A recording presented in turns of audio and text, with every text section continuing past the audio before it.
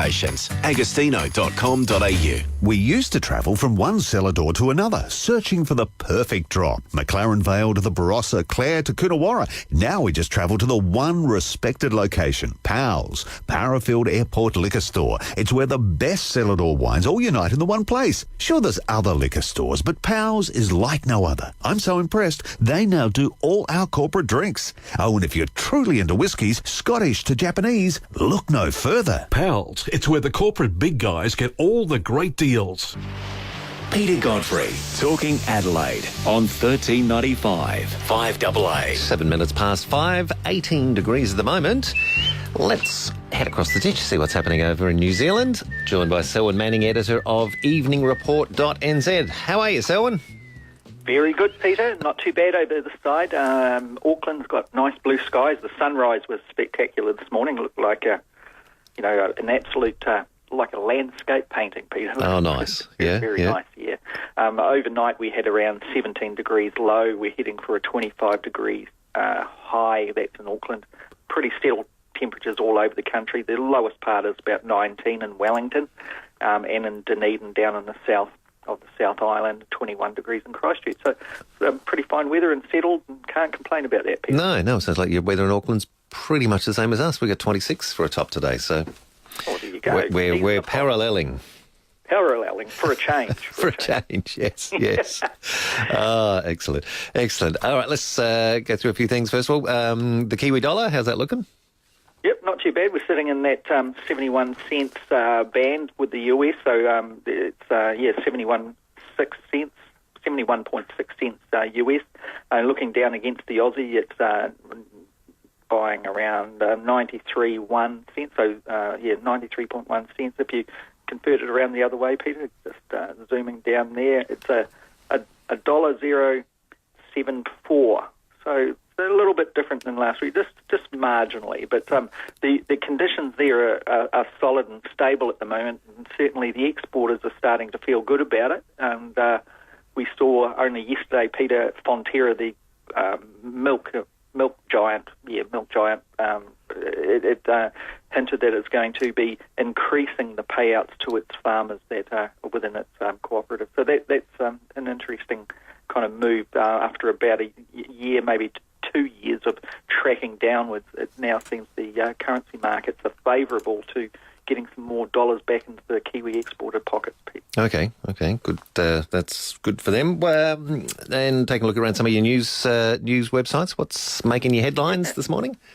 Yeah, in the New Zealand Herald, so nzherald.co.nz, that's leading with a story saying tenants from hell, Peter, and they've left the landlord there with a $140,000 repair bill after it was trashed, and that was damage in an Auckland house.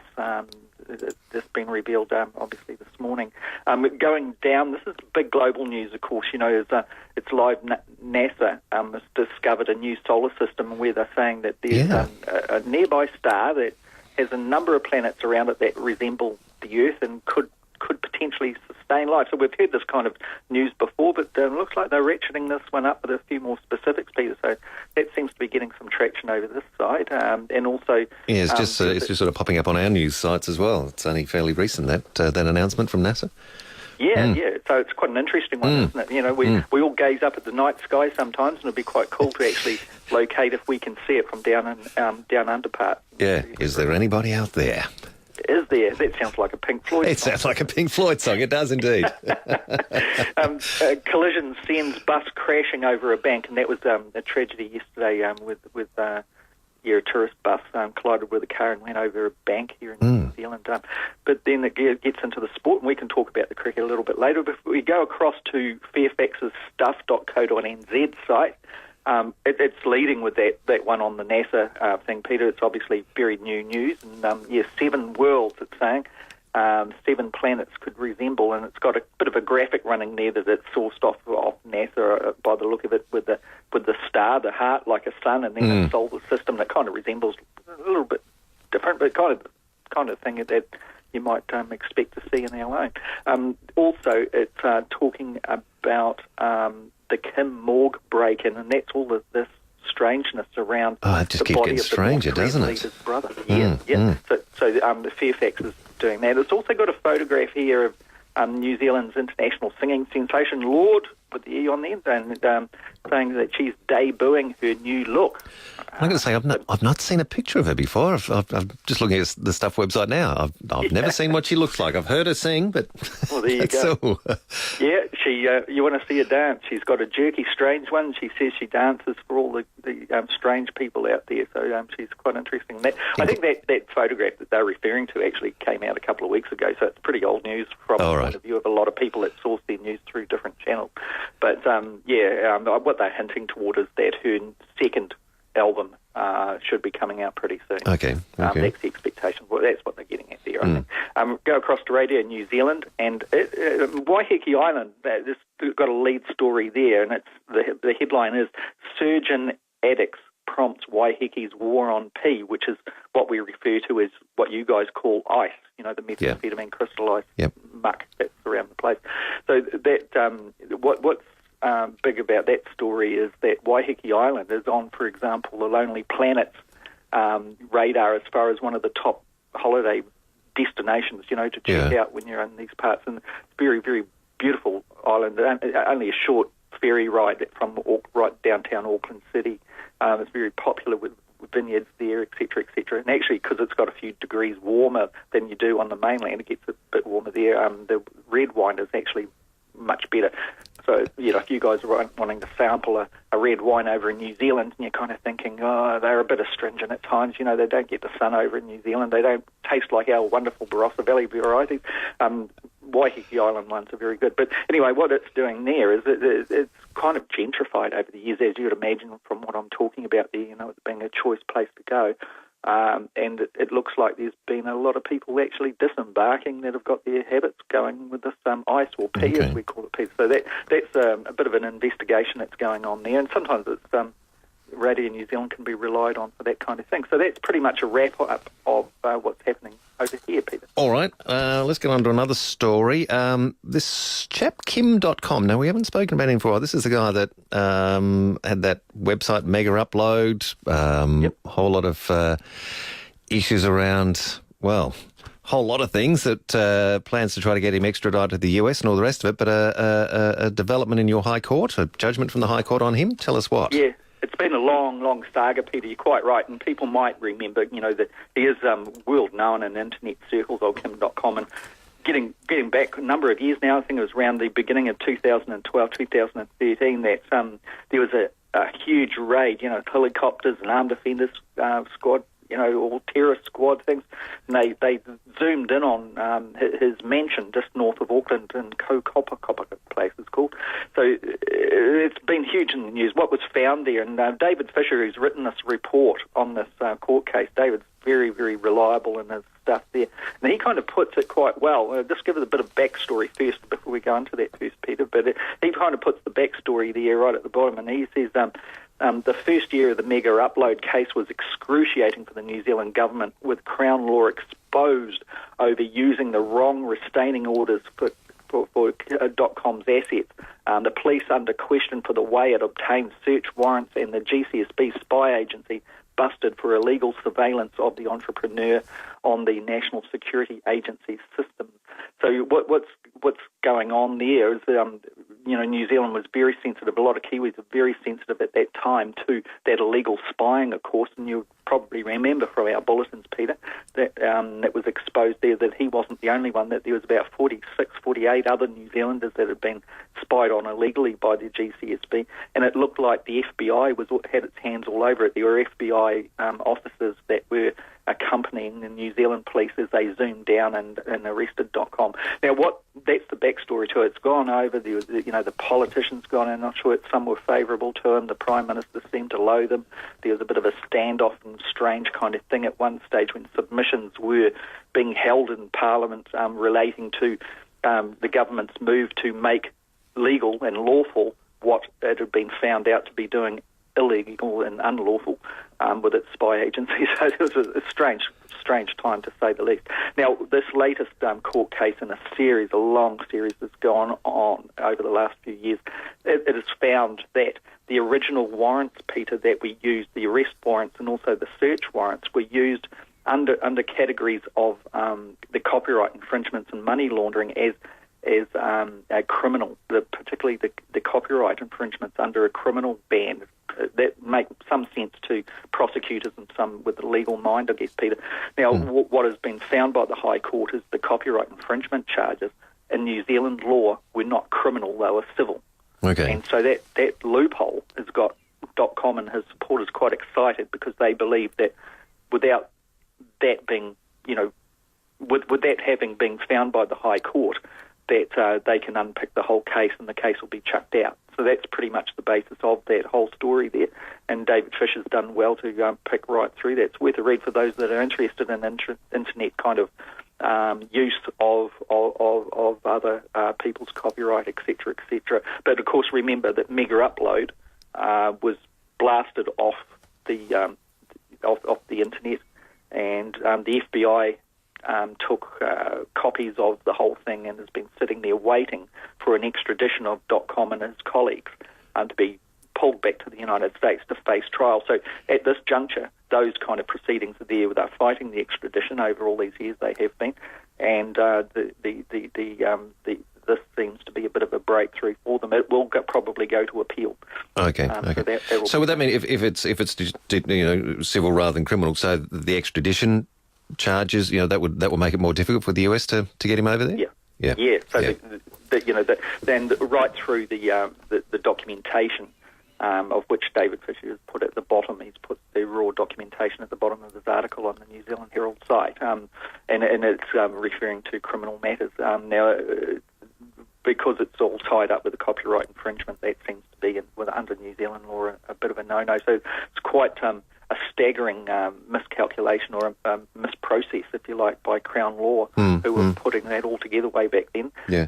Now, remember, this doesn't have a factor on whether or not those around Megaupload were guilty or not of the alleged charges. This means purely and simply that those legal files that were presented, the warrants, etc., were not done on a proper basis. Okay. So, basically, to be continued, I guess, that story. Yeah. In the United States and those kind of circles, this will be getting them probably quite red-faced in a sense. Yeah. They want their man, and they certainly haven't been able to get him. All right, so we'll just have a quick break. We'll come back with to find out some more, including a bit of cricket talk. Bit of cricket and more. Be right back with you, Selwyn. Selwyn Manning with us. He is the editor of EveningReport.nz. Dreaming of a European river cruise? Phil Hoffman Travel invites you to attend one of our free European river cruise information sessions from the 27th of February till the 9th of March at 12 locations across South Australia. Our award-winning team will offer you all the latest specials and money-saving deals for 2017 and newly released 2018, including fly free to Europe offers and exclusive savings available only at these events. Register today. pht.com.au. 5AA's Business of the Week is Dent Revolution. Got hail damage on your car? Dent Revolution is a local family-run business that can fix those dents sooner and better with their industry revolutionary dent repairs. Yes, they'll pop out that dent without costly panel beating and repainting, so you'll get your car back to its original condition. If you've made a claim and you're still waiting to get into the repairer your insurance company has chosen, see Dent Revolution in Norwood. dentrevolution.com.au. 5AA is a proud partner of the Sunday Mail Bay City, taking place on Sunday, March 19. Take the challenge and run the 12 or 4.5 kilometre course and cross the finish line on Telstra Plaza at Adelaide Oval. Register now and be part of the action. Get fit. Sunday Mail Bay City, Sunday, March 19. For all event information, visit bay-city.org.au. That's bay-city.org.au. This search may uncover something that the other searchers missed. For over 50 years, 7 News has been telling our story. We couldn't see any more than 10, 12 feet in front of our faces. And the Australian Grand Prix is go. Every day, there's a new story to tell. There was no warning for the National Crime Authority. Adelaide's fairy tale had come true. History in the making. And making matters worse, there are still regular earth tremors here. They're describing the terrifying events. That's why 7 News is Adelaide's number one. 1395, Adelaide's 5AA. This is Peter Godfrey. And we'll take a look at what's happening across the ditch with Selwyn Manning, editor of EveningReport.nz. Now, Selwyn, to the cricket. Can I just say, first of all, the Aussies had a win last night here in Adelaide against Sri Lanka in the T20. There you go. We 41-run win, although we still didn't win the series. We went down that 2-1. Okay. So at least it wasn't 3-0. So anyway, on that, over to your cricket team. Yeah, so just looking at the form of New Zealand cricketers, we thought it had run its course, actually, when they first faced up to the South Africans who were touring over here at the moment, Peter. But there was a win yesterday, certainly put smiles on people's faces as well, Peter. So what had happened here is the match was played on the 6th anniversary of that deadly Christchurch earthquake, which occurred 6 years ago. And killed 185 people. No doubt your listeners and yourself would remember events around that time. Now, right on the anniversary, the boss, Bruce Springsteen, he played a concert there. So the night before last, so what's that getting back? Tuesday night, Peter. Apparently it was fantastic. It started off with 1 minute silence for the whole concert, and apparently it was deadly silent, the whole crowd. Okay, yeah. So it was amazingly moving, and apparently the boss was just fantastic, as he what I think you saw him, Lee. Yeah, I saw him when he was here, a month or so ago. Yeah, terrific show. One of the best shows I've seen. So, yeah, I'm sure the one there would have been equal. Yeah, and a nice nice sunny night, warm day kind of thing with a slightly, fresh feeling in the evening and certainly comfortable for the crowd. Really. They're all squeezed in to watch the boss. So that was fantastic. And then the next day, meaning yesterday, was the international one-day against South Africa, the Proteas, and that was a great win for New Zealand. It was, it put smiles on the faces in the sense that it's been a fantastic summer for Kiwi cricket, as we spoke a little bit a couple of weeks ago when we beat you guys in the series. Yeah, that's right. Sorry about that. Didn't mean to really do that. But, so the win, the Kiwis, we won by 6 runs yesterday. Very competitive game, of course, with the total score of 289. The South Africans just couldn't get their batting lineup to get to the run rate. With the New Zealanders, it was 289 for 4, so it's obviously a pretty tightly played game. And the standout players were Kane Williamson in the batting. He got 69, but certainly Ross Taylor really informed that guy. And some of those that follow cricket will probably know his name. He's really been doing some record-breaking kind of runs over here with his bat, and he got just over the century. He got 102 runs off 110 balls. Peter, it's really been celebrated. He notched up 6,000 runs yesterday in the one-day internationals. Now, it's a long one-day international series compared to what we normally have. It's 5 games. So another one plays on Saturday, Peter, and we'll see how we go. That's down in Wellington at the Westpac Stadium, yes. Stadium, yeah. And so that will be an interesting one. So hopefully the Westpac Stadium will keep a lot of the wind out. Wellington's notorious for its wind, blowing the ball all over the place. So, okay, all right. That should be all right. So that's all happening there. All right, so just quickly, the last week you talked about the fires down that way by Christchurch. Now, they've obviously been under control, but any sort of any follow-up on that as, damage estimates and things like that, or, any... No damage estimates, but there's still ongoing dampening down. You know what, you guys know more than anyone, I think, in the world about that kind of thing. Yeah. The ongoing kind of things, dampening down the hotspots, what's going on. People are going back into the homes that were evacuated, moving back into those areas, seeing what's occurred. There's some